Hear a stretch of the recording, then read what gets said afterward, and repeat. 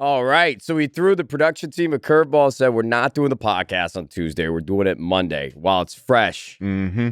Because on Sunday, yesterday, LA Thieves won Major IV in Columbus, Ohio, beating OpTic in the grand finals 4-2. Oh, yeah.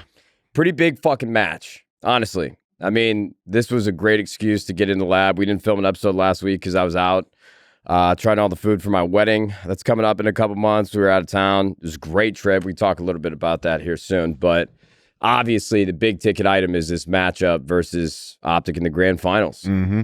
First time, too, OpTic, FaZe, and LAT were all top 3. First time ever? According to Eric. Yeah, I mean, it makes sense. I feel like we've all taken turns, or at least FaZe was so dominant for a couple years. And, I mean, we played them in the finals in Major 2. It's, for me at least, OpTic, they've just had a weird couple years where they have enough talent to win, but they never make it to that final match and clutch up. And so that's why I was actually worried going into the finals because from my understanding, OpTic has been on a tear in scrims. Mm-hmm. And even texting JCap and Shane, who are our coaches, on Saturday night, they said it's going to be a tough match. Yeah. They're confident, but it's going to be a tough match. Mm-hmm. And so after we beat them in winners finals, it's always tough nowadays, especially with Call of Duty, because back when I was competing, if you made it through to grand finals to winners bracket, you would always have an advantage. Mm-hmm. So you'd play 2 best of 5s. If you end up losing that first best of 5, you get a second one. It's like you have a backstop, fresh slate, clean slate. Mm-hmm. But now you just do a best of 7. Yeah. And they say, oh, you got priority on vetoes for maps and stuff. But in general, going to the grand finals through winners, you felt like, holy shit, we probably won this tournament already, Yeah. as long as we don't massively fuck something up. Yeah. I mean, that, I feel like, too, just in terms of, like, the reputation, like, running through losers, just playing so much more COD. And then 100%, dude. Also, it's tough to beat a good team twice. Yeah. I mean, you get on stage, you're playing a team that's been now grinding through losers for a couple hours. Yeah. All you can do is sit in the back and shoot bots because all the other teams that you would potentially be scrimming against if they were earlier in the tournament have already left the venue. They're not playing anymore. Yeah. So, you know what? I'm so fucking happy we won that match. I will, again, admit, I was nervous going to that finals. I had no idea what was happening. Mm-hmm. I thought just because OpTic hadn't won in so long and just the buildup of this roster and Hook and Ghosty, and Shotzi and Dashy, they just seem like they're hitting their stride. Yeah. I was nervous, dude. If I didn't say it out loud, but I thought they had a better chance of winning that series, especially after I saw the map pool, because the last 3 maps were El Sayo, Search and Destroy, then Control, and then Fortress, Search and Destroy, which I think is kind of like a 50-50. I'm not sure if I've even seen us play that map on stage. I'm sure they played in a league match, but holy shit, brother. Yeah. I mean, to do it in that fashion as well against OpTic, I know I'm repeating myself now, but at least for me personally, it's pretty wild to win another tournament and break the champs curse too. Yeah. Fucking hell, man. And we got... That's a wild statistic in itself. Yeah, what is it, 12 years? Bro, it's when I see that, it's hard for me to believe that a team that won champs has never won a tournament the next year. What are the fucking odds? And we got 2 more ops, 2 more opportunities this year too. Yeah. So, but no, I mean, it was great. I mean, Champ Sunday, or not Champ Sundays, but, you know, Major Sundays are always so fun, and it's tough. I mean, I was at Major 2. We lost to FaZe after that losers bracket run. Yep. But to come out, I have all that build up on Sunday and then actually win and be able to celebrate with everybody. And do you remember what the last map versus FaZe was? What was it? LSCO? LCO, yeah. However the fuck we pronounce that. Control. Yeah. And that's the map that we clinched versus OpTic. Yeah. I was actually watching Scump's VOD from yesterday, this morning, just to see how they were reacting to it, because we were watching the main broadcast. I actually love Seth's Watch Party. Like, I think it's one of the best formats that any streamer has done. The fact that they have Methods, Bows, and sometimes Hector on there too, it just makes the event more enjoyable. But when our team is playing, I just like to hear the pure casting. You know what I mean? because with somebody like Scump, he's obviously going to be rooting for OpTic. I mean, it's not his job to give an unbiased take. You know, you're watching to cheer on OpTic and whatever team they're playing against if you're tuning in with Scump. But the main broadcast was fucking amazing. I'm so glad that Draza got to shut a lot of people up. I mean, it seems like that's what happens every time is, you know, he's got a very particular personality, and some people love him, some people hate him. And for him to kind of show out in that match versus FaZe earlier in the weekend, after all of the drama that him and Simp and Abeezy always have, Slasher saying that shit to Kenny and Octane, like, oh, I taught you everything you know. Oh, brother, it just, what a fucking weekend, dude. And we, so I mean, I've talked about this, but I really haven't been drinking as much as I used to. I'm up at like, I was up at 6 a.m. every day for a couple months, and I'm getting up at 5 every day. And so this weekend with Jack's birthday party that he had on Saturday night, which I don't know, I hold a lot of weight in showing up for, you know, your close friends. If they're gonna party, like I gotta party too. You know what I mean? Yeah. Like if I were an alcoholic, that'd probably be a terrible thing to say. But I'm very much in control of my extracurricular activities. You drink responsibly. I do. I mean, I'm telling you, brother, there's just something about waking up in the morning with a clear mind, full heart, clear eyes, Texas forever. It's great. I certainly did not wake up with clear eyes this morning. Yeah, that's what I'm saying, though. So we had Jack's birthday party on Saturday night. And then Sunday, I went out golfing with my fiance and then my best friend Rich and his wife. And normally Sunday scaries kind of creep in, not because I actually don't want to go into work, but just because it's like, oh, I was on vacation the entire week.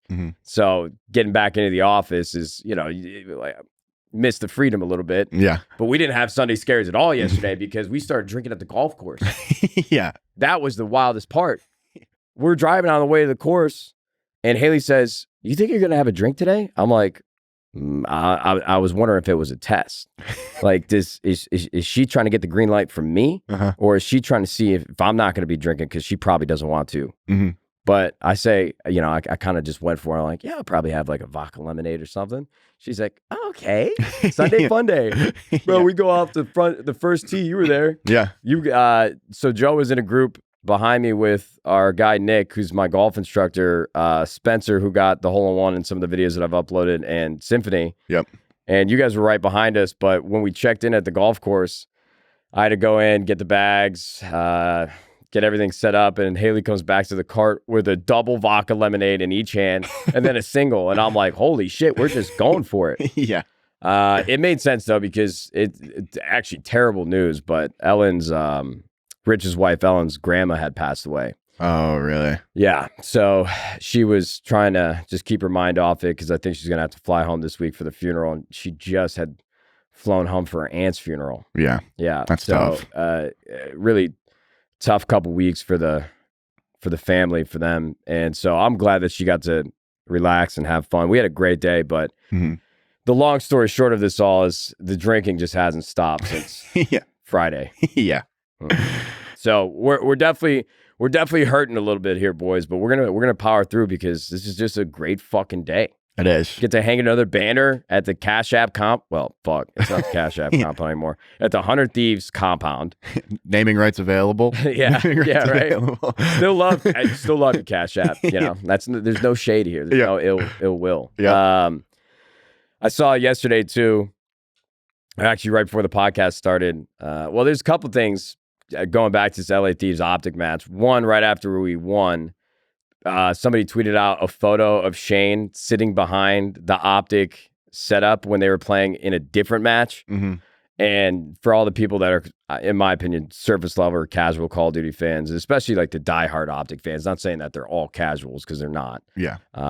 They love their team through and through, and a lot of these guys know the game. But, you know, they were saying that Shane was basically cheating by watching them, and I'm just like scratching my fucking head. And it's thank God that everybody got onto Twitter, like just bullying this kid for this post. Because one, you could go watch every single VOD on YouTube. Two, you scrim against these teams all day. And three, he was watching them on a map that we have vetoed since the beginning of the year. Yeah. So it wasn't relevant in any shape or form. But I just thought it was hilarious that right after we won, somebody tried to find some sort of controversial way Yeah. to poke holes in the championship that we just hoisted over our heads with that trophy. Yeah. Also getting less information by watching 4 different POVs with their heads in front of the monitors versus sitting on Codcaster and watching the map. Yeah, So, and then we tweeted out our post-game graphics have been fucking fire. Raw the Monster, Bro. just popping off. But he did that tweet after the OpTic match. All of them were really good. So I know that like graphic work for a post-game match probably doesn't sound like the most exciting thing. But this guy has been delivering bangers, and they're actually really cool. If you should go see him if you haven't, for everybody watching. But he made something for OpTic where it said something about the king, and it had his skull with Seth's glasses on it. And I was like, oh, fuck, dude. Not pulling any punches. Well, it's funny because I feel like a lot of people hear that work here, especially on social, don't understand my dynamic with OpTic. And I wouldn't expect them to in any way. I mean, it's not their responsibility, but I just want the record to show, and Seth and Hector know this, but I don't, like, I'm not, 3 years ago, I was reviewing, like, every tweet we would put out. Yeah. But now we got 1 million accounts across TikTok, Instagram, Twitter, YouTube. There's just, I can't do it. Yeah. So when I saw that, I was like, oh, fuck. Hopefully they didn't take that one the wrong way. Dude. Like, hopefully they missed this one on the timeline. Well, no, they didn't. Yeah. Seth was, I watched the clip on Twitter. Seth was watching it on the on their watch party. He's like, what the fuck, man? I'm retired. Keep me out of this. Yeah. So, you know what? That's what esports needs, though. Yeah. Honestly, I'm not saying like, Sentinels does a really good job on social. A lot of teams actually have gotten much, much better at social, but at the end of the day, it's entertainment. Yeah. And the more engagement, the more eyes you can bring to these matches and tournaments just through the rivalries and the relationships that teams have, whether it's the owners, the players, the staff members. I think it's all good things. And it's obviously just friendly banter. So, yeah. I mean, amidst everything going on in esports as well, I think it's just really refreshing and a little bright spot to see so much chatter around the tournament and Call of Duty and so many eyes on it. So 100%, dude. Yeah. I can't even hold a thought in my head. We were talking about it earlier too. It's weird as 100 Thieves and LA Thieves have grown over the last 6 years because, at the very beginning, there was just so much controversy around 100 Thieves being a hoodie org and we didn't care about winning, yada, yada, yada. And obviously these people aren't inside the office with us, don't know what we're talking about. And winning in esports is really hard. We've talked about that a million times, so I don't need to go down that rabbit hole. But I truly don't think the community, and I don't expect them to, understands how hard it is to win. Yeah. I mean, every game, especially for Call of Duty, because you could have what you think is the best roster possible for the players that are available and the team that you put together. But the game changes every year. Yeah. So, we might have been disgusting at Vanguard, but the engine changes a little bit, the spawns, the maps, the flow of the game. They took out red dots, time to kills faster, all these variables that you really can't control when you're, putting these rosters together. And so for us to win again, it's weird how when we won the first couple times for the organization, when it was like the LCS, summer split, and obviously Call of Duty championships last year, Major IV, those wins felt like time stopped and we had to sit there and celebrate. Yeah. But we got business to do, man. The 100 Thieves and High Ground and Juvee and Project X, everything's just been so busy. So I feel like us sitting in this room until the players get back, we get to celebrate with them.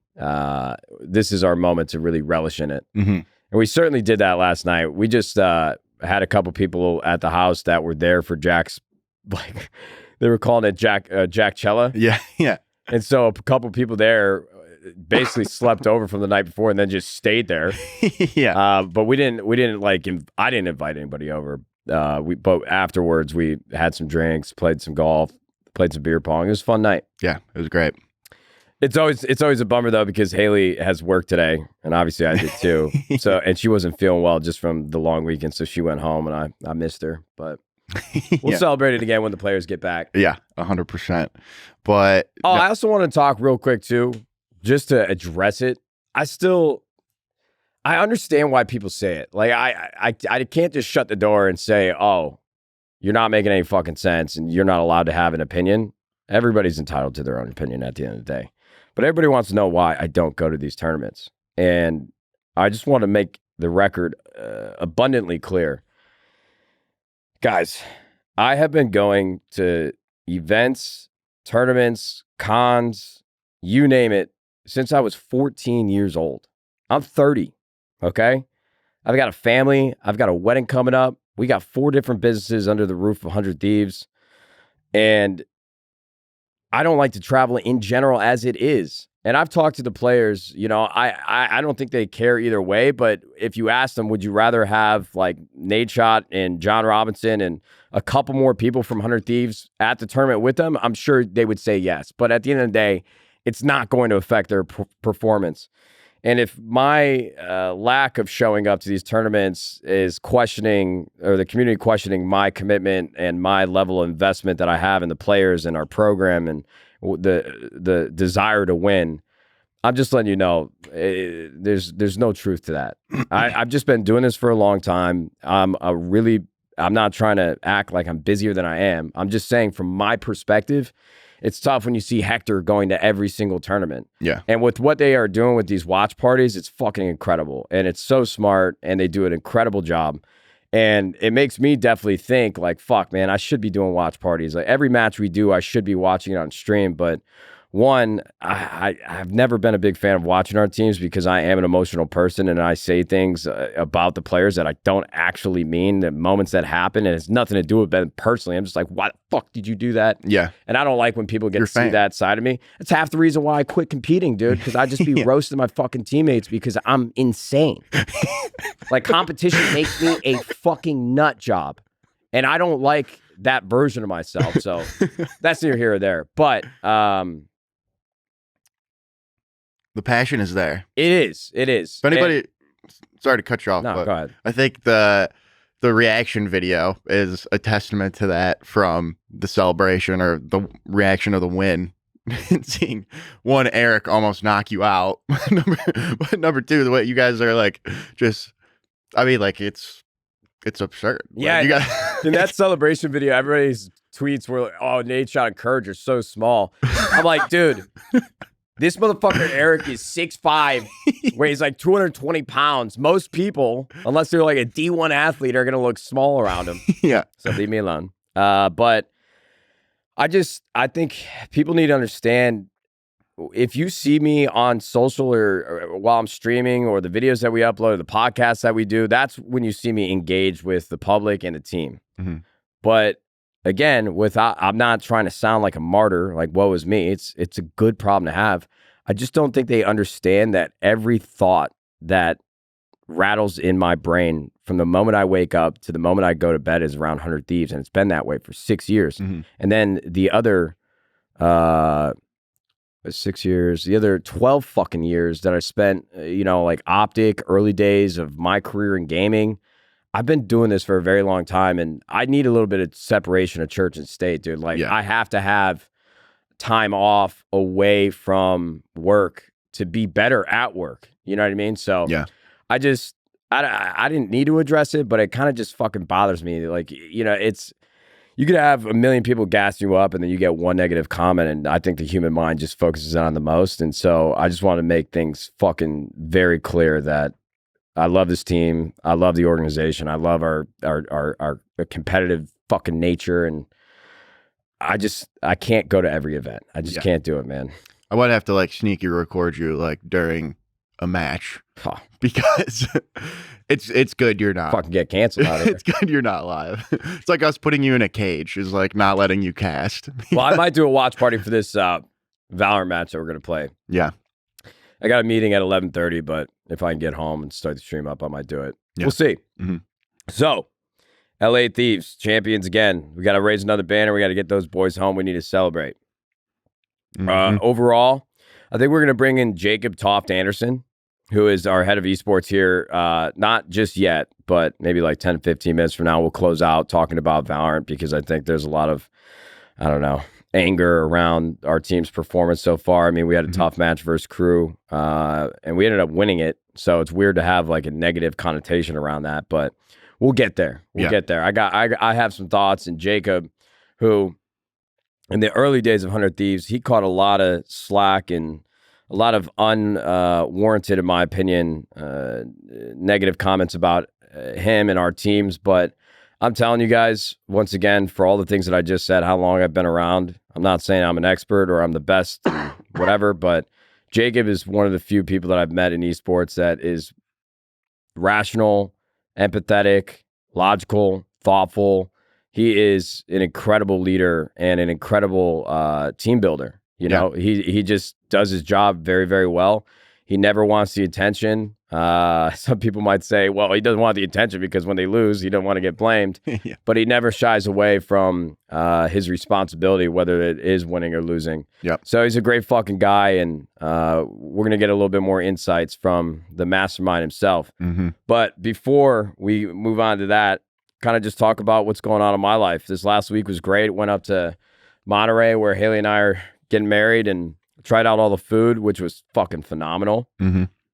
Played some golf. I pretty much golfed every single day last week. You did? Yeah. It was fun, man. Again, you know, we've talked about my habits. I just get locked in on one thing. A couple months ago it was the camera, and now it's golf. And I've been practicing really hard because we've got this Byron Nelson Classic coming up. I got my bachelor party. I'm going to Banded Dunes. Got a lot of big golf coming up where I want to perform well, and I've really been grinding. And when I was in Monterey, I actually had an opportunity to try this Robo Golf machine. Have you seen this at all? Is that the one where it like mimics player swing paths? Yeah, exactly. Okay. So I went up to Monterey for the first time like 5 or 6 years ago, 7 or 8 years ago, actually, with Rich. And we played 36 holes for 2 days, 72 holes total. And then we drove home. But ever since I've been going up there, I've always looked on the website for Pebble Beach, and they have this robot that, what Joe said, essentially you can take any professional golfer's swing and it'll let you feel it. You take your hands on the club, and it doesn't guide your body, but it guides your arms and hands. And if you know how to golf for the most part, the body isn't the issue. Or I mean, it is actually, but you can move your body enough because, I mean, the body certainly affects like the plane of the swing, but just knowing like where, you know, P1, P2, P3, if you want to get into the nitty gritty, it just shows you all the check marks and how your hands should feel and what a proper shallowing out, getting down to the ball at impact, really compressing it. So for me, after taking lessons for the last couple months, it's definitely taken longer for me to change the bad habits since I've had as a kid. But I've been making a lot of progress. And when I went and did this robot trainer for 2 hours, it was fascinating. It really was. I mean, when I was on the bay after, because you do like 10 or 15 reps on the robot, it would just take you through the swing. And then the instructor was there who actually created this. And I would hit like 2 or 3 balls in the simulator, see if I could feel anything, and then I'd get back on the robot. So I didn't make a ton of progress in those 2 hours. And if you've taken golf lessons before, again, you know how long it takes to get better. But when I got back and did a lesson with my guy who I go to twice a week, brother, my speed, I think I saw like the life leaving Nick's eyes a little bit because I walk in at 6 a.m. on Thursday, just had gotten back from playing Poppy Hills on Wednesday and the robot on Tuesday. So in most cases, for anybody that likes data, my 7-iron, my ball speed is normally around like 117 miles an hour, 115 miles an hour if I hit it well. And when I got back, my first like 5 swings of the day, normally I got to get warmed up and shit. Yeah. Bro, I hit pretty much every single 7-iron for 45 minutes over 120 ball speed. I was carrying my 7-iron like 175 yards. Yeah. So it was fucking wild. That's a big jump in golf too. It is, brother. It really is. Yeah. And I'll say this. I've wanted to talk about this for a while, but I love Bryson DeChambeau. I know a lot of people feel a certain way about him. He's only been kind to me. Guy's a gamer. He invited us out. He played in these scramble tournaments with us. I can't name a handful of PJ players that would come and do that. Yep. So in my book, Bryson DeChambeau is the fucking man. But I have on Instagram and TikTok over these last couple months, like the obsession with speed and, you top it out at 230 miles an hour, yada, yada, yada. All these long drivers. Like Kyle Berkshire is fucking disgusting at golf. But I like watching him when he plays on the course. I have no enjoyment. I get no enjoyment out of watching like people just chase speed. Well, I think the beautiful thing about a golf swing when people are really good is how effortless and how well the tempo is paced. Yeah. I mean, it looks like they're not even fucking trying. And so for me, I think chasing speed, what we started talking about at the beginning, is just because I want to know that I'm capable of getting to the level of distance that other like really good players can get. But I don't really actually care about the numbers. So it's just been great for my brain to unlock more speed. And it's actually, like we said, it's easier. Like if you do the right things in a golf swing, it has nothing to do with swinging harder. It's really about just creating that fucking impact position and letting that club fall and just whip through. And so, yeah, I just want to talk about golf for a little bit because I've just been grinding and I'm so happy with the progress I've making. Shot an 83 at Angeles yesterday, which is like, for anybody at golf, it's like 140 slope rating for the blues. And man, I was 1 under par on the back nine, shot a 42 on the front. I had a triple bogey on the second hole. It's a par 5, hit my drive out of bounds. Then I took a 4-iron, got halfway there, ended up 3-putting. So I actually got a double bogey, I think. And then I just had like 2 blow-up holes on the front. Shot a 42. Back nine, I was 1 under going into 16. I hit a really good drive, takes a bad bounce into a bunker, bro. And then I take out my 50 degree. I got like 110 yards in. And at this point, I've had like 5 drinks. I hadn't eaten yet. And I hit the ball and I'm looking in the air. Where is it going? All of a sudden I hear bushes to my right. I shanked this fucking thing so far out. I walk out of this bunker, drop a ball down. I got a 58 in my hand and I fucking whack it out of bounds, dude. I had to take a triple on that. So what happened to that 58? I snapped it in half. Dude. How many clubs did you break this week? Well, I'm going to talk about anyone that wants to question this man's passion. All right. Look no further. I want you to fucking know. Nobody cares enough, but I'm going to say it anyways. And I told Haley this in the car. 1, I am too old and too mature and too responsible to be breaking fucking clubs. Like, I can't be throwing fucking tantrums with a kid. Okay? But this is the fucking problem, Joe. When I practice something so much and I'm so fucking close, dude. I'm so close to breaking 80. I went out and played on Friday. I had a 4-foot putt for par on 18. And if I make that putt, I shoot a 79. I break 80 for the 4th time in my life. Rims out. I sat there like tin fucking cup on this green with my putter in my hand. I missed this putt 4 times in a row. Round was already over. The guys are in the cart. Snap my putter over my leg. Bro, I just have this rage that comes over me. And like in my head, I'm telling, don't do it. Don't fucking do it. Don't do it. But I got to release. It's got to be released. So then the next day, which wasn't yesterday, the next day, again, I golfed every day except Tuesday this week. I'm like 1 under par through like 8 holes. Okay? I've got a par 3 that I'm licking my fucking lips. I got a 6-iron in my hand, 175 yards. I've hit this shot a million fucking times. Brother, I pull hook this thing. It didn't even go out of bounds. Oh, this was at Trump. Didn't even go out of bounds. I was fine. I ended up getting up and down out of the bunker for fucking par. But guess what? I was on the tee box. I'm like sitting there and I'm telling myself again, don't do it. Don't fucking do it. And right as I'm about to do it, I stop myself, but I was too far. I snapped my 6-iron. Then I snapped my 58. I'm done breaking clubs. You heard it here first. This week, again, it's only because I practiced so much. And 3 rounds in a row, I'm like 1 hole away from breaking 80. And the rage consumes me. You ever heard it's not the wand, it's the magician?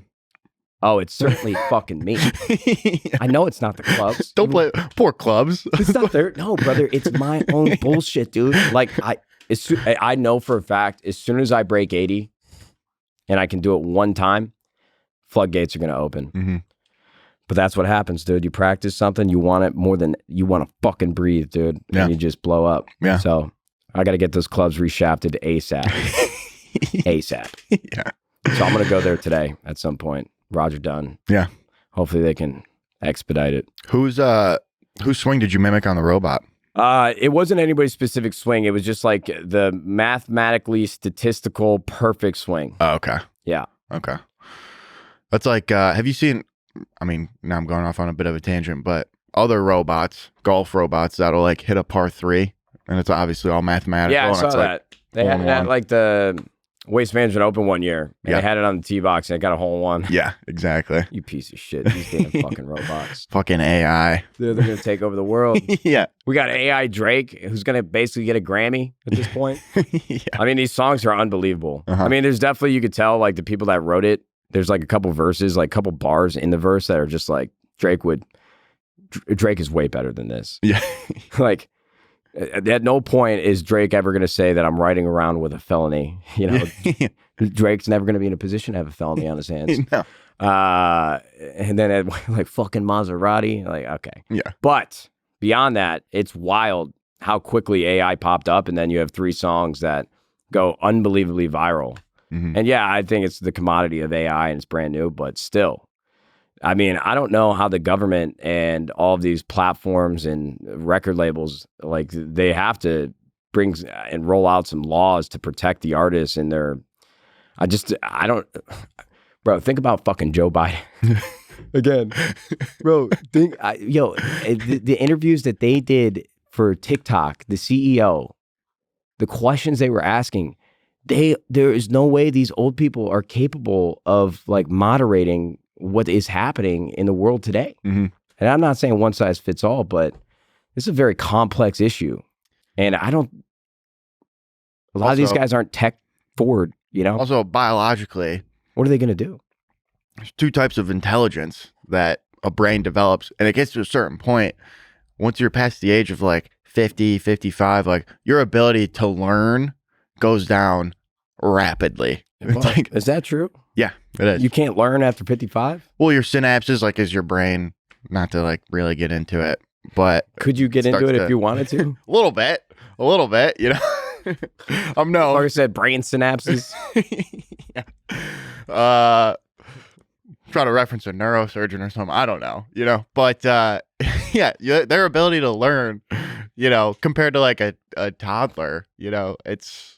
Well, yeah, I mean, they physically can't understand AI. Like, it's like let's call a spade a spade. Well, here. we might be fucked because I don't understand it either. What happened? All of a sudden, we gave these robots enough code that they can think for themselves now. What the fuck is going on?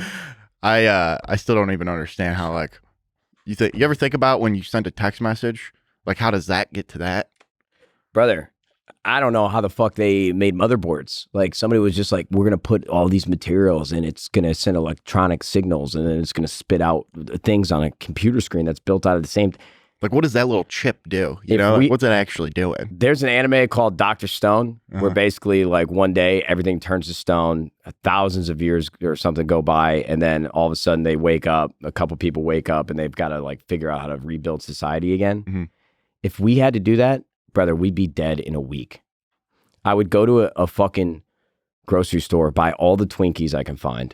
If there was like a nuclear fallout, you know, just like Woody Harrelson in Zombieland. Yeah. Twinkies are going to survive. For sure. I'll live off that. I won't be able to figure out how to get gasoline out of a pump that doesn't have any electricity or however it works. I'd be fucked. I'm dead. Language, too.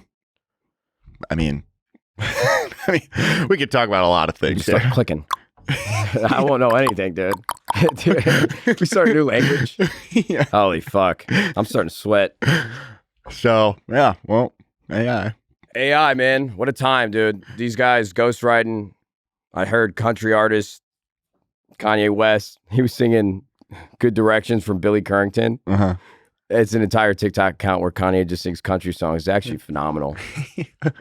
The only thing I want to do with AI is have Post Malone do a full-fledged acoustic country album, and I'm telling you, it'd be banger. It needs to happen. Yeah. We're out of gas. I don't know what to say. Well, it's weird. I feel like for the first 30 minutes, I've just talked about golf and Call of Duty, but I don't know why I feel bad or feel any guilt. This is what the show is for, to talk about whatever the fuck I want. What do you want to talk about, Joe, before we bring Jacob in here? Get 5 more minutes. What do? That's a great question. I actually am really excited to hear about Valorant from Jacob. Well, that's the thing, too. About our teams, I mean, we certainly have a track record of starting slow and finishing it out. So I would really love it if we could stop starting slow. yeah, it'd be great. It'd be fucking awesome. We launched Slayer Slushie this week in collaboration with Dead Island 2. I love it.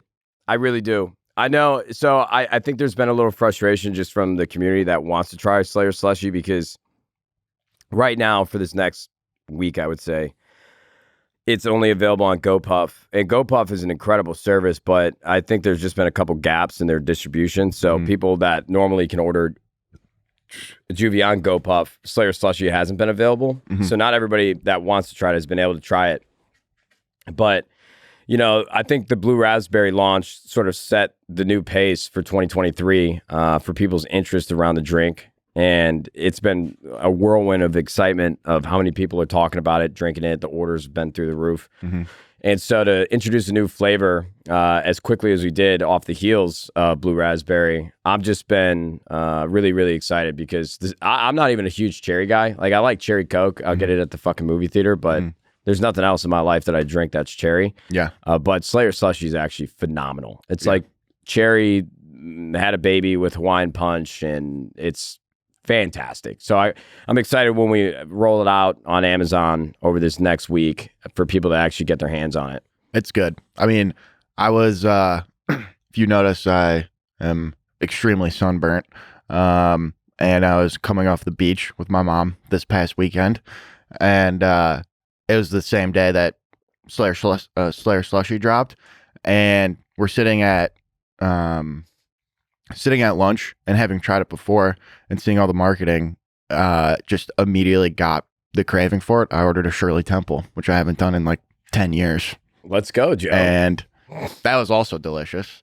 But it's the cherry of Slayer Slushie is basically a Shirley Temple with a little fruit punch tang to Bro, fruit punch tang. Those Shirley Temples as a kid would seem like the coolest thing in the world. Oh, yeah. I'm like, oh, you're drinking a vodka soda? Like, fuck you. I got a Shirley Temple. Yeah, dude, I got a maraschino cherry in here, and I am going to eat this. You want this? Like, nope, sorry. Can't have it. 100%. Oh, when we went out to Palm Springs because Haley had to go to Coachella with Brooke for Heineken, and we played golf that day too. And I ordered a double vodka lemonade, and the lemonade they put in there was just too sweet. I'm like, I got to pour some of this out. So I poured out like half of it, to try to preserve the vodka. But then I took a strawberry kiwi, filled it up the half that I had poured out. Brother, I'm not even kidding.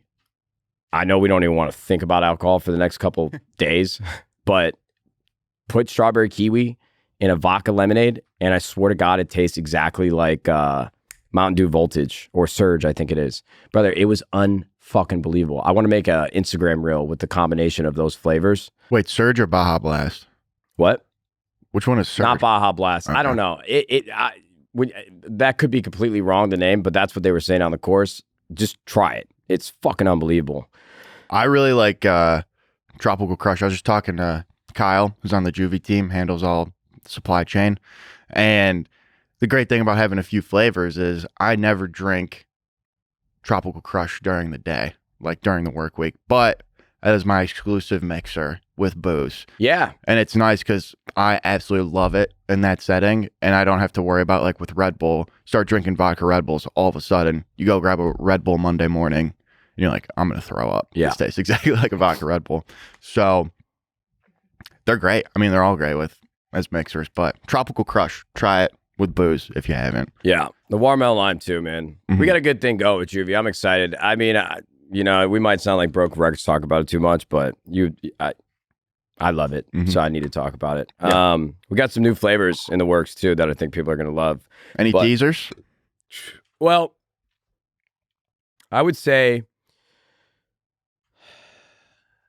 we've got some seasonal flavors that I think will be really cool. We've got some ideas around that for the fall that I think people will really, really love. Actually, one of the first sampled flavors that we had, we all actually loved it, but we're like, can we make this a permanent flavor? I just don't know if the flavor, when you hear it, doesn't sound like it would taste good as a cold carbonated energy drink, but it's fucking unbelievable. And so I don't want to spoil anything, but the next couple months, the next year, for flavor exploration. I think we'll have something for everybody. And it's going to be, I know that's really ambiguous, but it's going to be great. It's going to be a good thing. But thank you guys for all the love on Slayer Slushie. Juvee on social has just been crushing. So, all right. Let's move on to Valorant. Just to get you up to speed. We talked already a lot about LA Thieves and OpTic.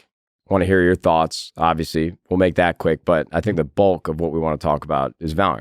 So, how are you feeling after delivering another championship, another trophy, another banner for the 100 Thieves company? I mean, I feel great. I'm mostly just happy for the guys in the program.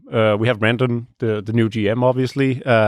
Just a terrific guy, so good at everything he does. And then I think more so than anything, for me, this is a coach win. Like, I think Shane and Jordan has done a great job at bolstering up throughout the season. So, you know, all credit to our players. We know they're all championship caliber, but those two guys, I'm convinced that they're so good at what they do. So for them to follow through on that and reap the benefits of it season after season, I think is fantastic. Yeah. Well, a lot of people were talking about Shane and his success after the slow start to last year. Shane comes in, and that's not marginalizing the work that JCap has done. I mean, this team would not be winning without JCap under any circumstance. But obviously, Shane, I think both their personalities complement each other really well, and they both have their different style of talking to the players. And, you know, it's not like I really love when I'm watching like college basketball or the NBA where you tell the coaches and the players, not only do they respect each other for the positions that they're in, but they're also friends and they have a good relationship. I mean, obviously you need to draw a line to get the most out of the players and understand that, yeah, we can have a good rapport. We can, you know, bullshit. But at the end of the day, like, we have to work together in a very particular way so that we can win. But a lot of people were talking about with all the success, like Shane should be head coaching at another team next year.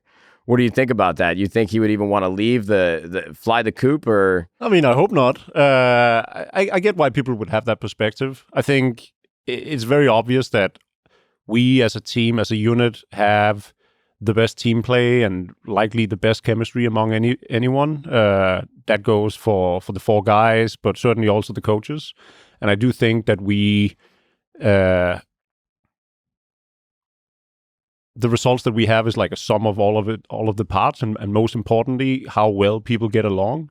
And so I think everyone individually contributes immensely. And I think Shane is absolutely terrific at what he does. And he has the ear of the team by proxy of how good their relationship is. It doesn't mean that he couldn't go and do that elsewhere, but I think part of everyone's individual success is very much so because they all trust each other. 100%. And to be clear, if Shane wanted to go and do that, I would, and I'm sure you would say the same, fully support him.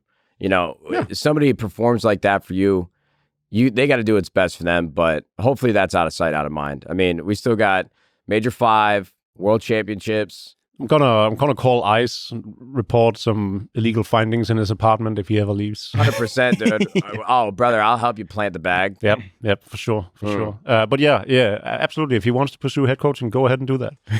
Let's go. All right, big ticket item, dude. I was talking about it earlier briefly because I wanted you to give us the real insights.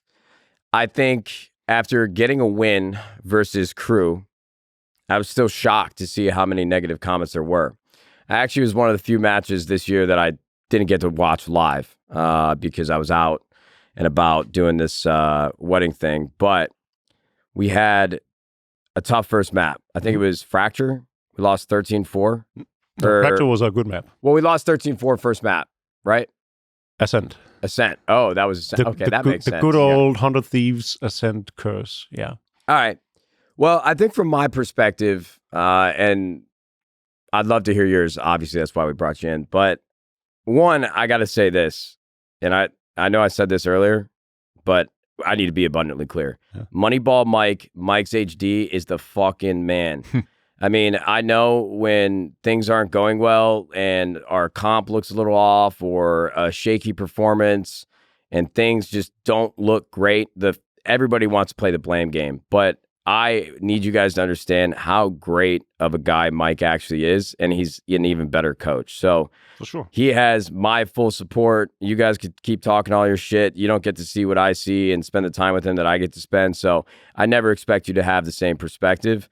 And when you're losing, everybody wants to find the reason why. But Mike's got 100% of my support, and I'm excited for that team to continue to grow. But yeah, so I actually have a long-winded answer to this whole debacle, or not debacle, but like some community perception around Mike specifically.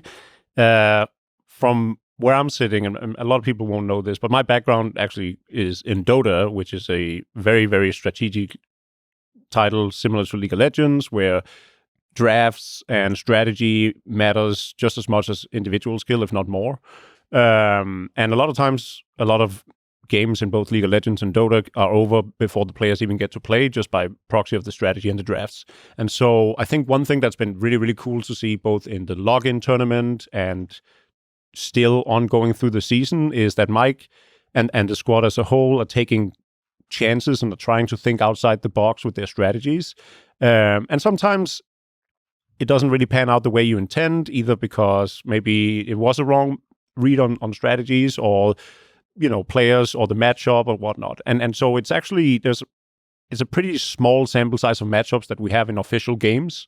So these strategies don't always pan out the way you would necessarily think they would. And then, especially when you practice a lot and you practice them over and over again, and you have a high success rate, it gives you this false sense of confidence. And the downside is also you prepare the other teams for what's coming. So the outside the box surprise element isn't really applicable when you have the same 10, 12 teams that you can practice against, right? So it's a little risky. And I think there was probably some reads at login that ended up being incorrect. But in hindsight, I wouldn't have changed that. I love the fact that we're trying to reinvent how we play Valorant. I love the fact that we're doing it in our own way. So, Cryo on Omen, and us running Viper instead of the typical Killjoy and comms and whatnot. All of these different things, I think, helps make Valorant as a whole interesting, and certainly the 100 Thieves lineup. And so brings the matches and the games more depth. Absolutely. And it's hindsight Harry. Like, if it would have worked and we would have won, then everybody would be singing his praises. Genius. But it didn't. Yeah. Well, call him Moneyball Mike. And again, I ain't gonna lie though, I'd like to see Killjoy on Ascent. Yeah. And so early in the season, it's still, it's late in the season because of how the format is, in a sense. But it's technically pretty early on in the lives of the VCT circuit, right?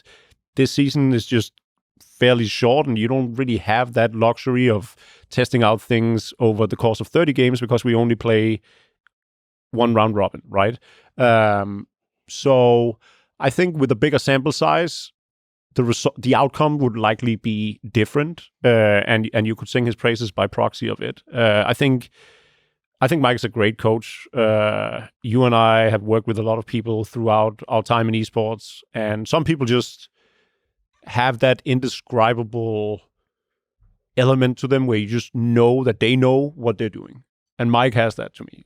Like, without a shadow of a doubt, he is so smart and so good at what he does. Yeah, brother, and he's also a great fucking guy. Like, He's a great guy. I think people underestimate too how important the culture around a team actually is. We talked about that dynamic that Shane and Cap have with the players in Call of Duty, but all the players believe in Mike. They get along really well, and in most cases, especially for esports, I'd rather have that compared to a coach that might be singing his own praises in the strategy that he sets forth and how he talks and carries himself, how the players perceive him. I love Mike as a coach, and I completely agree with Jacob. These are just the things that you guys don't get to see. So, of course, when things are going wrong, we want to play the blame game. But I'm telling you, especially what Jacob just said, this man has been in esports for so long. He's built rosters for so long, has more experience than 99% of the people that work in this industry. It's just that magic that you can feel when you're working with somebody that that the person that's at the helm is the right person. So I completely agree with that. What do you think is going to happen versus the Leviathan? I mean, this is, to me, going to sort of be a very, very decisive point in time for the rest of our VCT season. This will show whether we can rise to the occasion and have the strength that we ourselves perceive us as having, because that's a great team, right? We're playing a pretty formidable opponent. I think they're 3-1 right now. They looked incredible against MIBR. This is really our time to get some self-confidence going, right? I think we definitely have the player material. I think the players all know that themselves. Some of them just need to see that themselves as well on stage. I like they need a decisive win for that confidence to skyrocket. Sometimes I feel like players can hesitate in the decisions they make because things haven't been going well already and they don't want to make another mistake, so they may play a little bit more timid, or their decision making might not be as fluid, and it just takes one good match to open up the floodgates and for those players to play exactly how they're capable of playing. Absolutely. I'll tell you what, though. The guy that so far has impressed me the most on our squad. Asuna. No. Peter's always great, you know. Even when he's not doing statistically so great, he's still so much fun to watch, and you can just tell that he has that innate superstar X-factor ability to just turn around on his head. Bang. I love singing Sean's praises, but the fact that he's so young, he goes into this States environment, he's actually sitting closest to the crowd. So on the very first day when we played against Sentinels, I was sitting in the crowd thinking, I wish we had Peter close to the crowd just because he has more experience. And then it turns out Bang thrives under that. Like the pressure, the attention, whatever it is, he loves it. He rises to the occasion. He rises to the occasion. He's so incredibly talented. So it's just so fun to see a guy like Sean just in his element and rising to the occasion. I love it. Isn't it bizarre, though, with how short this season actually is and the format of it all? I'll never forget it. Last Monday, I think it was, it was 2 Mondays ago. I missed the 9 a.m. meeting because I had a doctor's appointment. I had to go to a podiatrist, get my feet checked out. And when I had the stream on, right when our match was starting versus Evil Geniuses, and they were on the pre-analysis phase of the broadcast right before it was about to begin, and they were like, if 100 Thieves doesn't win this match, their season is looking grim. And I'm like, what the fuck, dude? This is our second match. We just lost like a heartbreaker versus Sentinels, and you're telling me whether that perspective was true or not, but again, because the season's so short, we could think, oh, well, we didn't watch Valorant for like 6 fucking months. And we had the Red Bull home grounds, which was fun, but nobody really cared about. And then you go do a single elimination tournament in Brazil. And now we're our second match into 2023. And people are like, this could be the end of the season for us if we don't win this. Like, what the fuck is going on?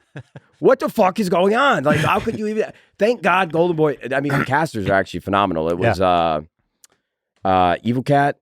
Evil Cat, yeah. And the other guy that we had interviewed for GM. Wyatt, yeah.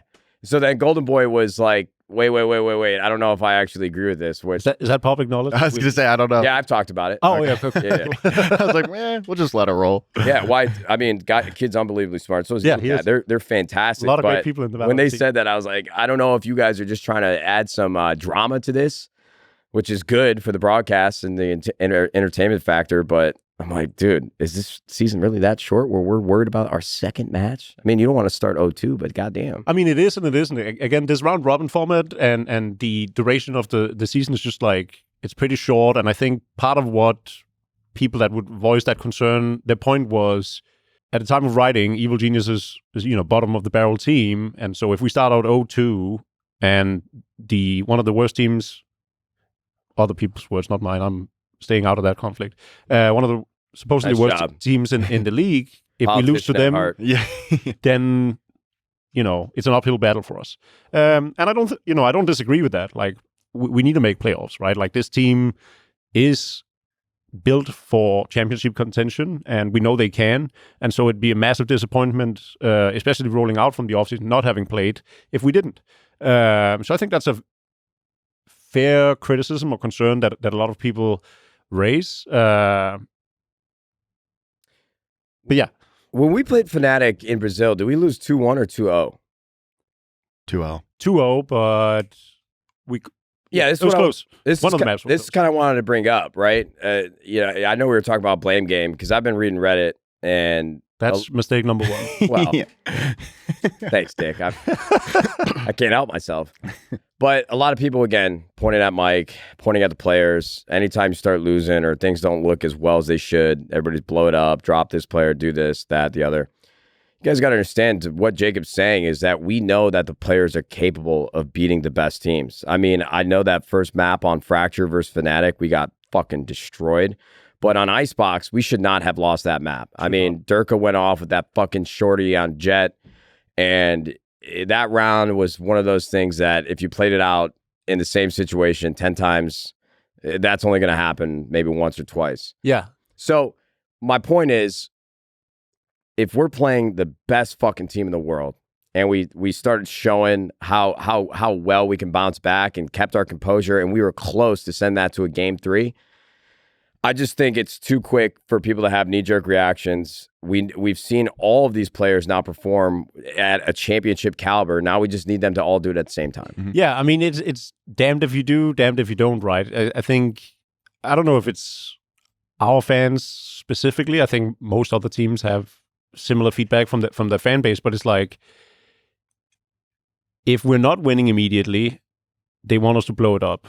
If we do blow it up, they're saying, you guys are why the hell did you do that? Yeah, you treat your players terribly. You have no faith or trust in your players and whatnot. Like, it's happened time and time again. Like, remember back in League of Legends, it's happened a few times before we started winning.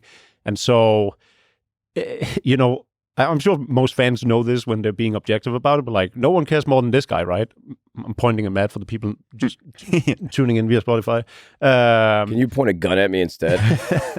Don't worry, I've got one under the table. But like, your passion for better or for worse, right? You're sometimes caught up in controversy because you express yourself a little too dastardly, when it comes to our own players, like with the Sentinels game and whatnot, like, but that's because you're so passionate about it. So when we win, you're the best owner in the world, and when we lose, you're the worst owner in the world. And that's sort of like that double-edged sword. I remember people saying that. Now I know. No, miss it on Reddit. That passion, I think, as much as our fans care, they need to sort of extend the trust that we care every bit as much as they do, and then some. And so our careers kind of rely on it. So we will always do what we are firmly convinced is the best for our teams and the company as a whole, right? And sometimes people are missing that, and then it's like,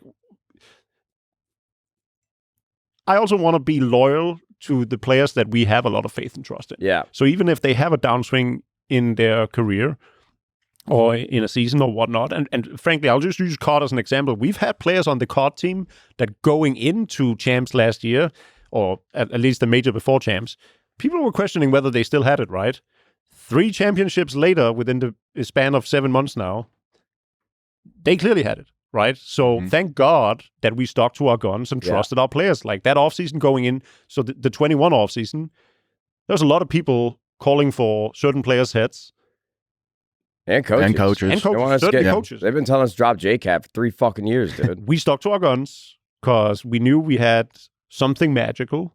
We also knew that these were people that we loved going to work with every day. And that actually matters a metric shit ton to me. Like, having worked in this space for so many years now, both as a player and then the past 10 years behind the scenes, you cannot put a price on enjoying working with your colleagues, whether they're players, coaches, support staff, all of it. Make sure you work with people you like working with. The number one mistake that I think a lot of players make, not a lot of players, but some players that we've targeted in the past, number one mistake I think they make is when they go out and shop around for a team, they predominantly focus on the paycheck, right? What I loved about, for instance, Doublelift is that they came to us knowing these were the people, this was the company that they wanted to work with. So whatever the pay would come second. I mean, that motherfucker's rich already. So. Yeah. Take that. I just had to be funny. But like, a lot of players just value the extra 20, 30, 50, in some cases $100,000 more than they do thinking about who they're playing with. Yeah. And I think that's a very common mistake for players to make. And it ends up biting them in the ass. I'm not going to make any examples just because I don't want to walk down that road, but there are several players that could have been 100 Thieves or have been on 100 Thieves that now I would wager they regret not being on 100 Thieves. Jacob, honestly, brother, I feel like we should have brought you in earlier because it was really fucking incredible to hear you kind of just talk about these things openly. It was super enlightening. And I know you're very low key and don't like the attention on you, but man, you're very good at speaking and articulating your thoughts. I think we should do this again and just kind of talk about all of our teams. Next championship. Put aside the Ranger. Become who you were born to be, Jacob. Not a chance. This German accent, no one likes it. I love it. I love it. I love it. Appreciate you. Yeah, I have a good time talking to you too. I have a good time talking. I can't There you do go. it. My Danish Don. The Danish Don. All right, ladies and gentlemen, that is episode number 11 of Nadeshot Knows. We talked about Call of Duty, golf, Valorant, AI, all types of shit. It was a great day. Wait, where are you on AI? They're going to take over the world for sure. Yeah. And the politicians. You want to ban it a little bit, no? There definitely needs to be some laws and restrictions Okay. or chaos will ensue. But I also think that there is a level of freedom of information, speech, and the internet that I'm not saying it needs to be moderated, but I just think the precedent that has been set over the last 20 years on the internet, I just don't know how the U.S. government or any governments in the world besides communistic countries are going to get a handle on this quickly enough to make sure everything's safe and sound, not only for the economy, but also people's. I'll watch this episode back. Seems like you have a lot to share. No, I mean, we talked about it for like 5 minutes and it was honestly all bullshit. So don't do that. Jake, thanks for doing this. Guys, thanks for tuning in. Congrats to LA Thieves. When those players get back, we're going to shower them with love. All right. You just got your American accent there. Love. Can you give me your best Texas accent? Oh, no. I Howdy, partner. I can't do them on command. It'll wait. come out after a beer or two. Great. Let's do that. Heineken. A Heineken or two. There you go. So let me say this real quick before we go. Whenever we're in Texas or I'm in Florida, we went to Alabama for a country concert with Tim and Cloaksy, it was Tim, Jordan. It doesn't matter. I love making jokes about fucking my cousin or my sister, you know? Those aren't jokes. Isn't it like all jokes are 75% true? Well, yeah, the inspiration had to come from somewhere, you know? Haley has been referred to my sister or cousin a million times in a playful way, obviously. Of course. I don't actually have like a incestual kink. At least I don't think so. But, yo, listen, no bullshit. Freudian slip. The Freudian slip. Nah, dude. My intrusive thoughts are winning today. We were on the golf course, and I got a text from my sister, and I hit my shot, and Haley's in the car. She's like, honey, did you check your phone? I'm like, what? What could be? Your sister texted me. I'm like, oh, fuck. Well, she doesn't, is something wrong? She says that my sister went back down into 23andMe and found out that I have a third cousin that just popped up into like the DNA bank, and their last name is Hay. There you go. And Haley's last name is Hay. I mean, it's probably not the same Well, bloodline. Probably not, but you should probably have it checked before you get married. Circle back on the old, my grandparents' parents were first cousins. I actually don't know about U.S. laws, but is Matt allowed to marry his sister? No. Oh, it's off? Yeah. Call it off? She's third cousin. Okay. If they can do it in Alabama, I can do it here. I'm sorry to everybody that lives in Alabama. I actually love the South, and I'm going to live there one day. So I'm going to stop making these very stereotypical jokes, but it's all in good fun. It's all in jest. Yeah. Does that word work there? Yeah. I'm not a native speaker. I'm not going to comment on it. Jest, right? Jest. Yeah. Jester. Jest. Bro, this guy Brandon, who's our new senior VP of consumer products, he started work, and we did a golf outing last week, and it was his first time in person. In the first 5 minutes of talking to him, he used the word reprieved, and I was like, dude, never do that again. If you fucking use a 5-star word like that, and I can't figure out what it means through context clues, you and I are not going to get along. Yeah. Bro, in the same sentence, he used the word reprieved and then ended the sentence with ratchet. I'm like, brother, you just went on with the end of the spectrum with that. He's cultured. I'm not sure how to read him yet. And a culture. Good golfer, though. Yeah. It's a fun day. All right, guys. Nadeshot Knows, whatever the fuck we're calling this, 2 Thieves in a Pod plus Jacob Toft-Andersen. We just made a love child of Valorant Esports. thoughts and feelings. That was great. I appreciate you doing it. Love it. I appreciate you guys tuning in. Hope you have a fantastic day. We'll be back for another episode here very shortly. Y'all take care. Best of luck to 100 Thieves Valorant today, and we'll see you guys very, very soon. YouTube, we'll see you fudging later. Goodbye.